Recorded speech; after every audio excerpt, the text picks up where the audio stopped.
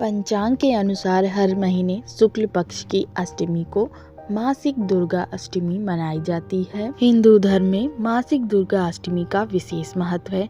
नवरात्रि में पड़ने वाली अष्टमी को महाअष्टमी कहा जाता है। इसके अतिरिक्त हर महीने के शुक्ल पक्ष की अष्टमी तिथि को मासिक दुर्गा अष्टमी व्रत किया जाता है। इस दिन माँ दुर्गा का विधि विधान से पूजा करने के साथ ही भक्त उन्हें प्रसन्न करने के लिए व्रत भी करते हैं। मान्यता है कि सच्चे मन से आराधना करने वालों पे माँ दुर्गा अपनी कृपा बरसाती हैं। तो आइए जानते हैं साल 2022 में नवंबर माह में मासिक दुर्गा अष्टमी तिथि, मुहूर्त, पूजा विधि और कथा के बारे में। माँ दुर्गा का स्वरूप माँ ममता का सागर होती हैं। इनके मुखमंडल से तेजोमय कांति झलकती है, जिससे समस्त संसार प्रकाशमय होता है। इनकी 8 भुजाएं हैं जो अस्त्र और शस्त्रों से सुशोभित हैं।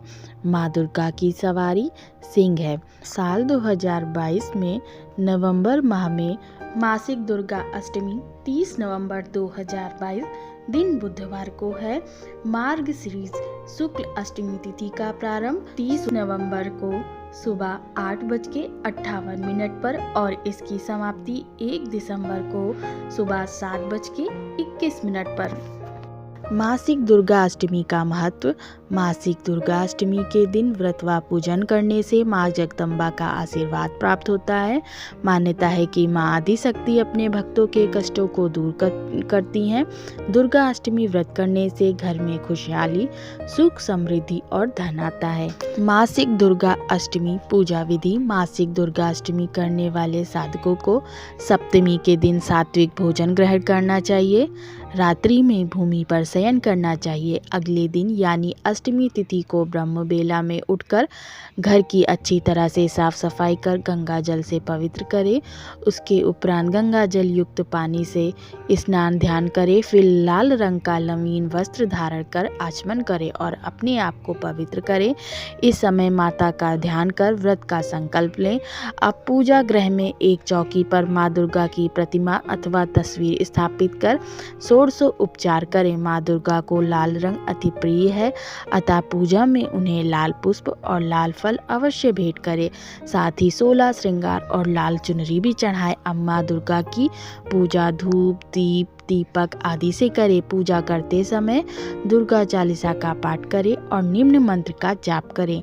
सर्व मंगल मांगल्ये शिवे सर्वार्थ साधिके शरण्ये त्र्यंबके गौरी नारायणी नमोस्तुते।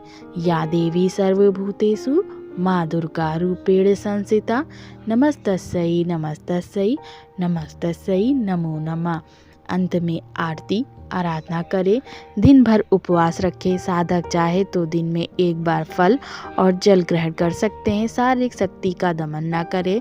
यथाशक्ति तथा भक्ति के भाव से व्रत उपवास करें। शाम में आरती अर्चना के बाद फलाहार करें। रात्रि में जागरण कर भजन कीर्तन कर सकते हैं। अगले दिन नवमी तिथि को नियमित तरीके से पूजा पाठ कर व्रत को खोलें। मासिक दुर्गा अष्टमी में घर में सुख और समृद्धि के लिए माँ की ज्योति हमेशा आग्नेय कोण में ही जलाना चाहिए। पूजा करने वाले का मुख पूजा के समय पूर्व या उत्तर दिशा की तरफ हो। पूजा के समय पूजा का सामान दक्षिण पूर्व दिशा में रखना चाहिए। मासिक दुर्गा अष्टमी की पूजा करते समय यह ध्यान रखना चाहिए कि पूजा में तुलसी, आंवला, दूर्वा, मदार और आक के पुष्प का इस्तेमाल नहीं करना चाहिए। घर में कभी एक से अधिक माँ दुर्गा की प्रतिमा या फोटो नहीं रखना चाहिए। तो आइए जानते हैं मासिक दुर्गा अष्टमी की कथा।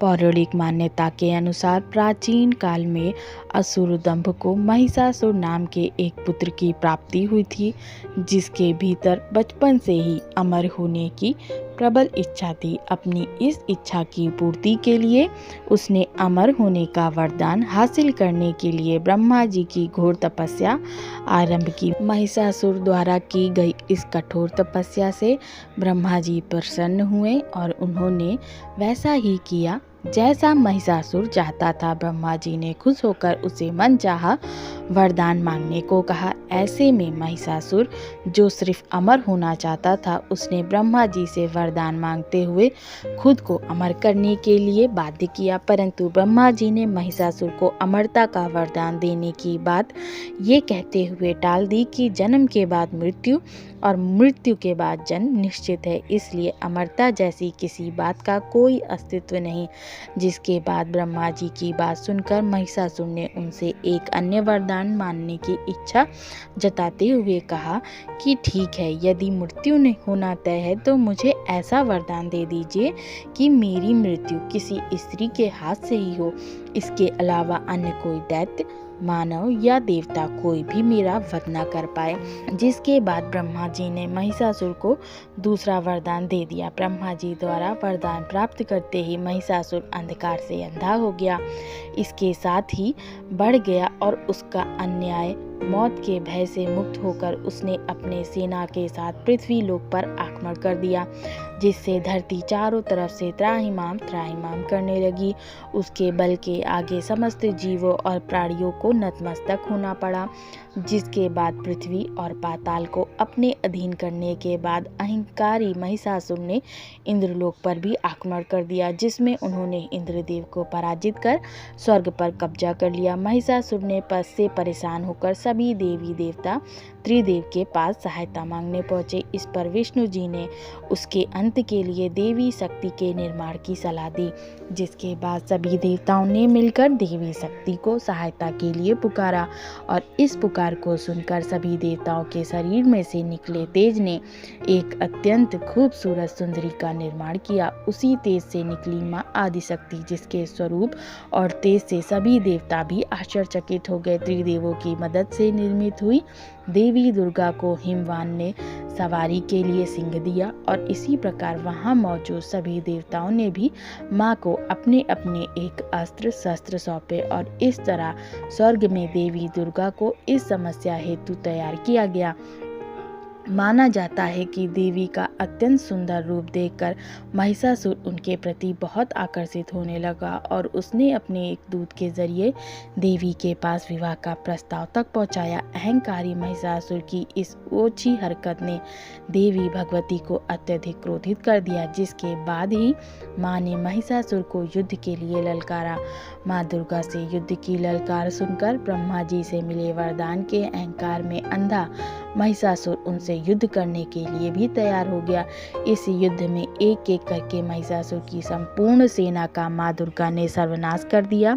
इस दौरान माना ये भी जाता है कि ये युद्ध पूरे 9 दिन तक चला, जिस दौरान असुरों के सम्राट महिषासुर ने विभिन्न रूप धरकर देवी को छलने की कई बार कोशिश की, लेकिन उसकी सभी कोशिशें आखिरकार नाकाम रही और देवी भगवती ने अपने चक्र से इस युद्ध में महिषासुर का सिर काटते हुए उसका वध कर दिया। अतः इस तरह देवी भगवती के हाथों महिषासुर की मृत्यु संभव हो पाई। माना जाता है जिस दिन माँ भगवती ने स्वर्गलोक, पृथ्वीलोक और पाताल लोक को महिषासुर के पापों से मुक्ति दिलाई, उस दिन से ही दुर्गा अष्टमी का पर्व प्रारंभ हुआ। आशा है आपको ये जानकारी पसंद आई होगी। अगर वीडियो पसंद आई हो तो वीडियो को लाइक कर दें और अगर मेरे चैनल पर नए आए हैं तो जल्दी से जाके मेरा चैनल सब्सक्राइब कर दें। जय माँ दुर्गे।